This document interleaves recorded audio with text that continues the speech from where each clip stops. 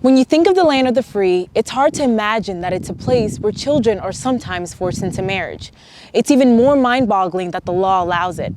According to Forbes magazine, there is no federal law regarding child marriage, which leaves each state to set its own guidelines. Between 2000 and 2015, over 200,000 minors were legally married in the U.S. 16,000 of those children were married in the state of Florida. 80% were child brides to adult men. For example, until 2016, in Virginia, a 13-year-old girl could have been married with written parental consent. The states to draw the strictest line are New Jersey and Delaware. They have a minimum age of 18 with no exceptions. Child marriage isn't something from the dark ages or happening in some developing country halfway across the world. It's happening today on American soil to American children.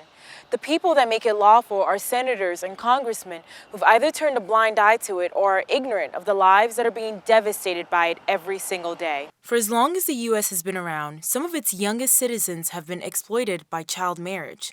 Opposers of new legislation argue that two consenting 16-year-olds ought to be able to marry if they want. But the truth is, child marriage is rarely by consent. Lawmakers who largely oppose changing legislation also argue on the grounds of upholding the values of marriage from a religious standpoint. But how can laws for marriage be built solely on religious views when a minor cannot give informed consent? Many marriage laws in states which actually had laws have seen little change in 100 years. Only recently, some states have made amendments to better protect America's children. In 2018, Florida changed its law from not having any lawful restrictions to having a minimum age of 16 if the child bride is pregnant. There are states that have yet to pass legislation to better protect their minors.